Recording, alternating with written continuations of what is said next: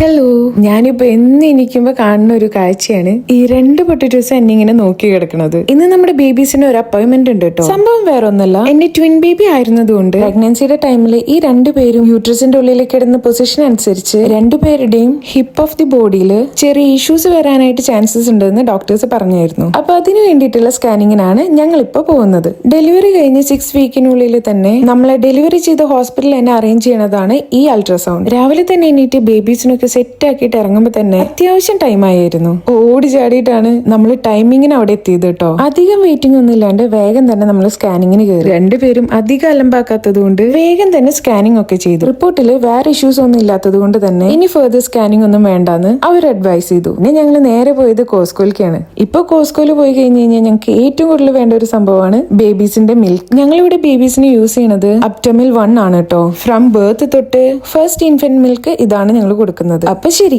See you then.